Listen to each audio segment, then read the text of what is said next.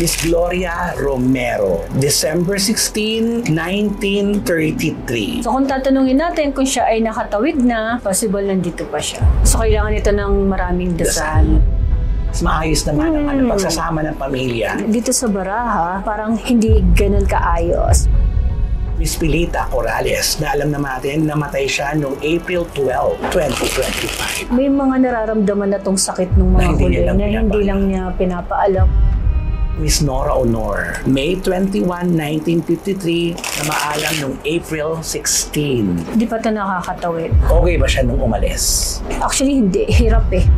Siguro kaya hindi pa rin siya nakakaakyat. Eh, yung mga anak niya, kamusta bago siya nawala sa mundo? Hindi sila ganun in good terms. May tampuhan talaga. Meron ba siyang unfinished na gusto sanang matapos pa ni Ate Guy? Siguro yung sa family, gusto sanang matapos bago siya umalis, kaya lang hindi niya nagawa. Maaaring nung ito ay umalis, walang pamilya sa tabi niya. May kaguluhan. Dito kasi may perang lumalabas eh. May pera? Possible hindi siya nakakahingi ng tulong sa mga to. Si Haji Alejandro, noong April 21, namatay. Kung meron man tong inaalala, kung may anak siya, anak. Ay, teka lang. Sa amin, ang kasabihan, pag may barahang nalalaglag, ito ay tinatapik ng nagpapabasa. Ay. So dito, kaya niya to tinapik, itong mensahe na to, ay para dito sa babae na to. Maaaring nandito pa rin to ngayon, pero siya ay paalis na rin. Naghahantay lang siya ng taong makakapaghatid ng mensahe na to. Si Ricky Davao. Sa cards niya mo, ang atake din ang naging sanhi. So parang biglaan, namamayagpag pa to ngayon. Nandito pa rin siya. Sigurado ako nasa bahay. Kung sakali man malaman niya to, hindi din niya agad-agad tatanggapin ng ganon. Ang kalahatan sa showbiz, Mamo. Tingnan muna natin kung sino pa yung mga mamamatay. Kung sino pa yung mamamahala. Sino pa. Marami pa ang mawawala. Ang susunod dyan, lalaki pa rin. Pero medyo mas bata na to. Ang ikawawala nito, bangungot naman. Sikat din tong artista na to. Susundan yan, matandang babae. Sisunod-sunod dyan, may lalaki pa, matanda rin to.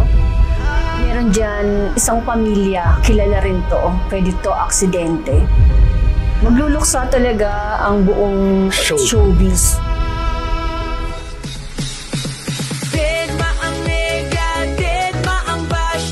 Sa balog, buhay ay walang stress. Chika-chika lang, kwento tawanan. Kay Romel Chika, good vibes ang tahanan. Ganon!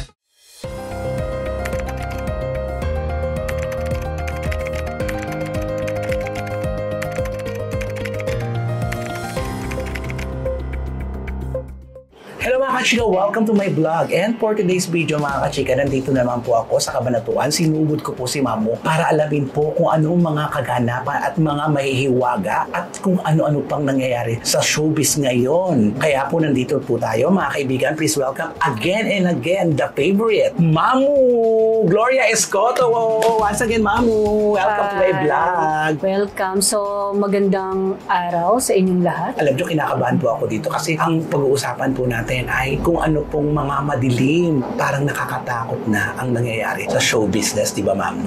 Kaya pag-usapan natin kung anong merong lihim, bakit sunod-sunod na ang pagpanaw ng ating mga paboritong artista. Okay, yes Mamu, simulan na natin. Mga kaibigan, bago po tayo magsimula, ito po ay hula lamang po mula kay Mamu Gloria Escoto. At bago tayo lumawig, nandito po ang kanyang Facebook sa mga gusto pong magpabasa, magpahula. Ito po, nandito po sa inyong screen ang kanyang contact number. So, let's start, Mamu. Simulan natin sa unang pumanaw ngayong January 25, 2025, Miss Gloria Romero, December 16, 1933. Sa cards niya, ang kinamatay nito parang atake. So, kung tatanungin natin kung siya ay nakatawid na, dito sa cards, possible nandito pa siya. So, kailangan ito ng maraming dasal. Para siya ay makaalis na. Sa langit. Kamusta Kamusta si Miss Gloria Romero nung nabubuhay pa siya? Sa cards, okay naman siya. I mean, yung mga last day niya o last month niya, maayos naman, masaya naman din siya. Yun lang, sakit talaga yung pinawala. Oo, sakit lang talaga. Pero maliwalas, maayos naman ang pagsasama ng pamilya. Dito sa Baraha, parang hindi ganun kaayos. Pero kung makikita natin, parang may mga tampuhan, pero pinipili. Maayos. Pero nawala na. Pero tahimik siya, di ba? Tahimik siya na maalam sa ating lahat. Nakakalungkot. Ayan po mga kaibigan, inaalam lang po natin ito, baka sabihin na naman po na patay na, pinahuhulaan po natin. Hindi po, para lang po alamin natin kung anong ugat, bakit po sunod-sunod ang mga pagpanaw sa showbiz, di ba? Ayan po, si Miss Gloria Romero, isang panalangin po para kay Miss Gloria Romero. In fairness, no, naging reyna ng pelikulang Pilipino. Correct. Okay, next, nagulat din ang lahat. Miss Pilita Corrales, na alam naman natin, namatay siya noong April 12, 2025. At pinanganak siya noong August 22, 1937. Yung kaluluwa nito, possible to nakatawid na. Kung ang itatanong mo kung kamusta siya bago siya umalis, meron tong mga nararamdaman. Kaya lang parang ini-ignore niya. Siguro dahil parang ang nasa isip niya, siya ay nagtitake naman ng medicines. Pero ganun pa man, nakatawid na to. Wow, galing. Lahat naman ng namamayapa, gusto natin, hangad natin ay makatawid para makarating na kagad sila sa kanilang paroroonan ng matiwasay. Walang mga hinagpis, walang mga kalungkutan. Actually, wala eh. Masaya to eh. Ang problema nga lang, may mga nararamdaman na tong sakit ng mga huli na hindi lang niya pinapaalam or pinapansin. So, akala lang niya, normal lang na nararamdaman. Siguro dala na rin sa katandaan Pwede niya. din. Oo. Pero ang mahalaga, nakatawid na siya. Correct. Oo. At mapayapa siyang umalis.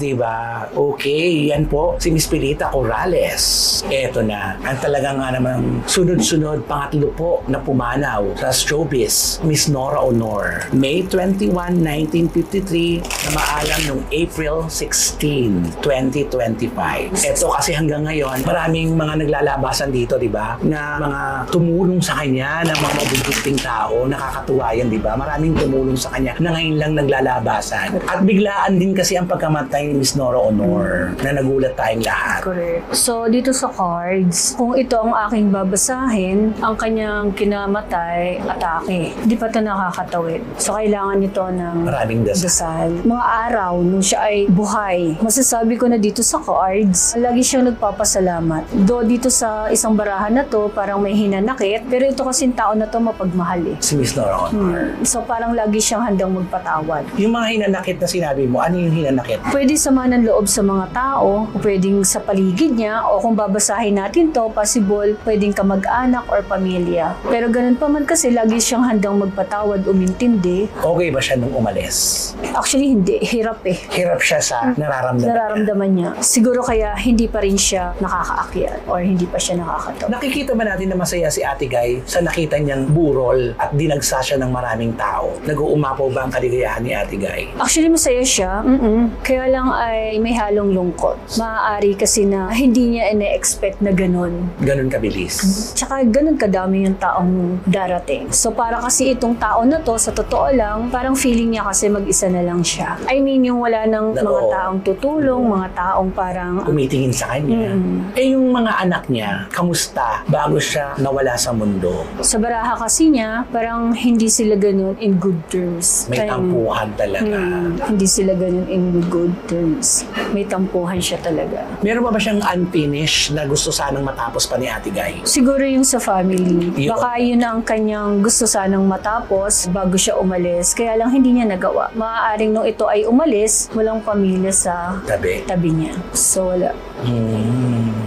Kaya lang wala na, tapos na. Oo nga, wala na. Eh, kamusta yung John Rendes? Anong gusto mong malaman? Yung nararamdaman ni Miss Nora Honor para sa kay kanya? John Rendes. So dito, kung itong barahan na to ang aking babasahin, pwedeng thankful siya. Kasi parang true ups o sa mga problema or sa sakit niya, sa mga pagdurusa niya, ito yung parang kasama niya. Or pwede din kakampi o pwedeng ito yung tumutulong o nandyan para sa kanya. Hindi ako sure pero nagpapasalamat nagpapasalamat siya dito. Hindi lang ako sigurado kung nararamdaman nung pangalan na Ni Jan tinanong. Mendez. Kay Jan, kung babasahin ko tong pangalawang baraha, makikita naman dito, parang gustong sabihin nung pangalan niya na yan, nagpapasalamat siya sa mga panahon na magkasama silang dalawa. So kung makikita mo, cups, and then dalawang tao to. Na sila yan. Pwedeng sila to, o pwedeng ito yung mga panahon na dumadamay itong tao na to sa kanya. So, nagpapasalamat siya ng buong puso. Ang likas talaga, mabait siya. Kasi kaya ang dami nagmamahal sa kanya. Correct.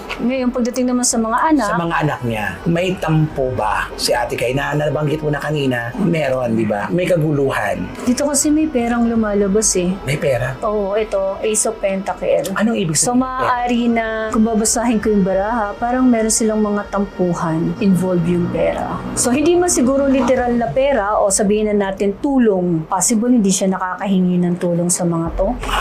Maaari kasing ganon, yung hindi siya literal na ang pinag-aawayan nila ay pera. Pwedeng tulong yan. Baka nung mga panahon na yun, kailangan niya ng tulong, kaya lang walang maitulong financial. So, parang dito namumuo yung Tampo. Kaya nga lang, tulad nga ng sinabi ko, mapagmahal kasi ito eh, o kaya mapagpatawad siya. Kaya lahat ng bagay sa mundo, iniintindi niya lagi. Kaya lang hindi niya alam, naiipon. Pero ganun pa man, uulitin ko uli, dito sa huling cards, nasan man siya ngayon, ano man ang nangyari, ito ay laging handa kasing magpatawad.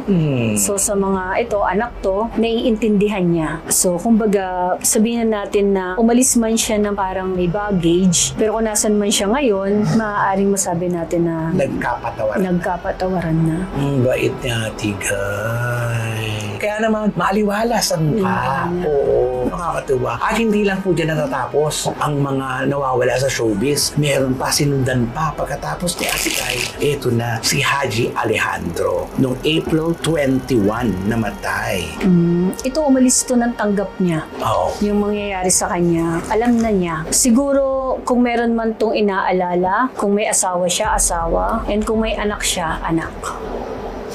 Ay, teka lang, tingnan natin yung cards na nalalaglag. Sa amin, ang kasabihan, pag may barahang nalalaglag, ito ay tinatapik ng nagpapabasa. Ay. May asawa to. Oo, meron siyang partner.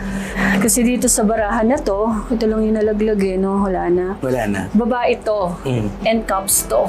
So dito, pupwedeng, kaya niya to tinapik, pupwedeng itong mensahe na to, ay para dito sa babae na to, na parang sinasabi niya na nagpapasalamat siya and mahal na mahal niya. Pero kung sino man yung asawa niya, so yun yung mensahe. So ganun yan pag kasi nagre-read and then nalalaglag siya ng hindi sinasadya, may mensahe yung binabasa. Oo, ayan. Nakita niyo, may natutunan pa tayo ngayon sa isang manghuhula. Diba? Tanggap ni Haji.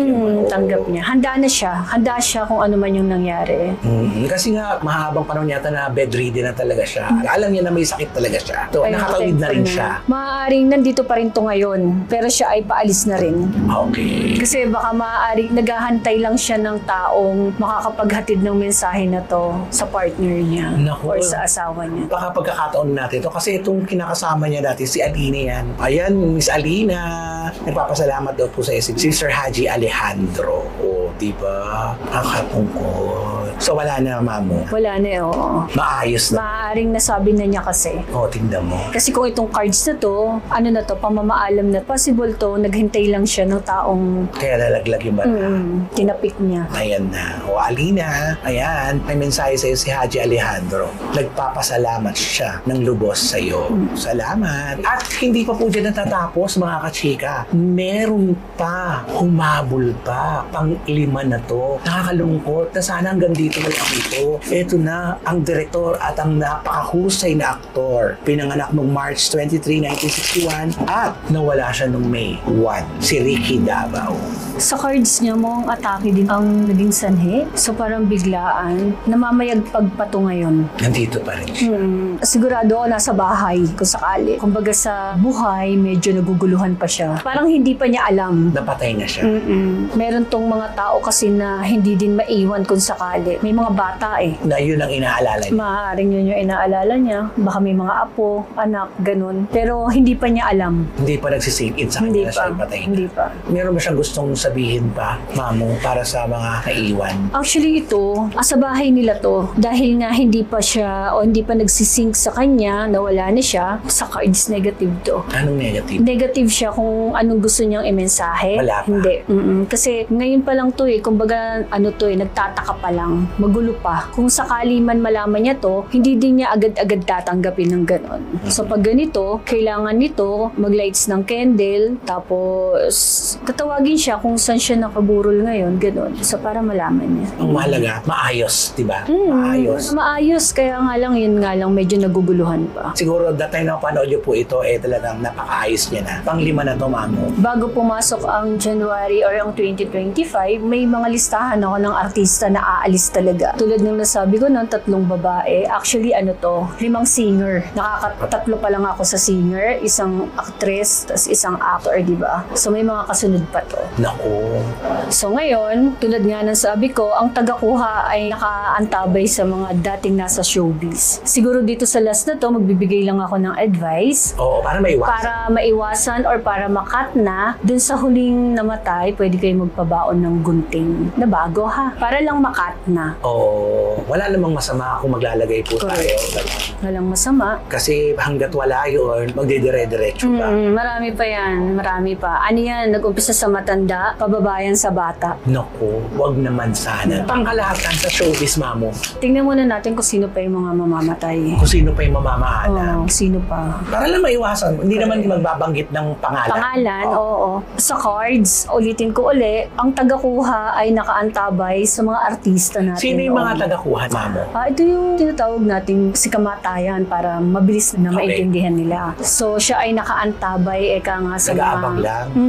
Nag-aabang. So, siguro mag-iingat na lang din kayong mga nasa showbiz, una sa lahat, sa health ninyo. Dahil ang talagang sunod-sunod na pagkamatay ngayon ng mga artista ay dahil sa kalusugan. Ayan, tandaan po natin ito. Para po, pangkalahatan po ito, ha? Ayan. Marami pa ang mawawala. Meron pang 10 na naka-line up dyan. Sa kasunod niyan, ang susunod dyan, lalaki pa rin. Pero medyo mas bata na to. Lalaki. Ito, ang ikawawala nito, bangungot naman. Sikat din tong artista na to. Susundan niyan, matandang babae. Kaya sabi ko nga, Mamo, kayo ito mga kasikat, hindi po tayo nananakot. Ito yung magsisibing gabay lamang po sa atin ito, kaya hindi po kami nagbabanggit ng mga pangalan. Diba? At least, may iisip nyo at may iisip natin lahat na mag-iingat na lang. Correct. Kasi mas maganda yun mag-iingat tayo. Kasi sunod-sunod dyan, may lalaki pa, matanda rin to. Meron dyan isang pamilya, kilala rin to. Pwede to aksidente. Magluluksa talaga ang buong showbiz. Sobra yung mga pagluluksa talaga ngayon. Kaya ulitin ko walang masama maniwala sa pamahiin. Pero ayun, simulan nyo nang magsabit ng gunting. Yung gunting nakabuka. So pwede nyo siyang talian ng block na panali. Tapos ilagay nyo lang sa room o kaya sa may gate niyo. So para maiwasan lang ba? Para maputol na po. Correct. Sa palagay mo, Mamo, bakit sunod-sunod itong pagpanaw ng mga artista natin ngayon? Actually, naka-attune talaga eh. I mean, Year of the Snake. Nasabi ko na rin to last year. Ang Year of the Snake talaga, maraming taong mamamatay ngayon dahil sa kalusugan. So, wala siyang pinipili. Mapa-artista, mapa-hindi. Basta naka-attune kasi tayo ngayon. So, weak kasi ang ating katawan. Kaya dapat yan ang lagi natin inaalagaan. So, lalo na ngayon, Mayo ngayon, as a buwan tayo, ito yung parang isa sa exciting part kasi sunod-sunod na naman. Maraming mamamatay, aksidente, kaya dapat dobling pag-iingat. Ayan, hindi po kami nananakot. Binibigyan lang po natin ng babala para po maiwasan na po at maputol na po ito. Correct. Kasi Mamo, di ba marami nagsasabi kasi, dako, anong nangyayari? Bakit ang dami nagkakandamatay? Baka mayroong sumpa. Ay, di ba alam mo naman mga Pilipino, pag mga ganyan, may sumpa, may malas, di ba may mga ganyan? May mga ganon. Actually, nagkwento ko na yung naunang umalis, maganda siyang buena mano. Kaya dire-diretso yung paghila niyan. Naku. So, ngayon, may namatay uli, pwede yan then kung maniniwala sila, pwede nilang pabaunan yun ng gunting. But then kung hindi naman, sa mga artistang makakapanood, pwede silang maglagay ng gunting. Gunting ang kinakailangan po natin. Yan, sa mga artista kung nakakapanood rito, wala pong masama kung naniniwala po kayo, gawin po ninyo. Pero kung hindi, wala namang pilitan ito, di ba, Mamo? So nakakalungkot lang, Mamo. At least, di ba, kaya ako nagpunta rito para lang pabigyan na natin ng babala ang mga kasama natin sa industriya. Kasi nakakatakot na, nakakabahala na. Ito, Every week na lang. Nakakalungkot. Pero sana talaga matapos na ito. Ito na sana ang huli. Di ba? So, ganun yung gagawin ninyo para matapos lang. Kasi pag hindi, ulitin ko ulit, magsusunod-sunod dyan. May 10 pa yan. Naku, wag naman. May 10 pa yan na naka-line up. Meron dyan mga politiko dati, mga artista tapos naging politiko, ganun, comedian. Kaya, doble ingat. Ay, nako. So mga kachika, sa with that mga kaibigan, isang panalangin na lang po para maputol po ang lahat ng mga kamalasan na nangyayari sa show business. Kaya po sa mga nanonood po, huwag niyo po kami i-bash. Sa lahat po ng gustong magpahula kay Mamo, unulit po namin, Mamo, imbitahan mo sila. Kung pwede niyo akong ma-reach out sa aking Facebook account na Gloria Escoto. So, naka-blue badge. Doon po kayo mag-message as may sumasagot po doon. Yes, huwag po tayo magpapa-scam. Gloria Escoto lamang po, may blue check po yun. Yes, so with that mga kachika, Mamo, maraming salamat. At syempre, dire-diretso yung panalo ito. So with that mga kachika sa aking vlog, Dead Bang Nega, Dead Bang Bash, dahil ang buhay ay chika-chika lang. Ganon. At dahil nalalapit na po ang eleksyon, dito natin mas mabilis malalaman kung lalabas ba, mananalo ba ang ating mga artistang pumasok na maging politician. Vilma Santos. Ay, Isko Moreno. Ay, nalot. Oh, wait. Si Tito Sen sa kanyang pagbabalik sa Senado. Kaya lang, Eto, Willie Revillame, January 27, 1961. negative. Ay, naku. Deadma ang nega, deadma ang bash. Dito sa Vlogs, buhay ay walang stress. Chika-chika lang, kwento tawanan. Kay Romel Chika, good vibes ang tahanan. Ganon!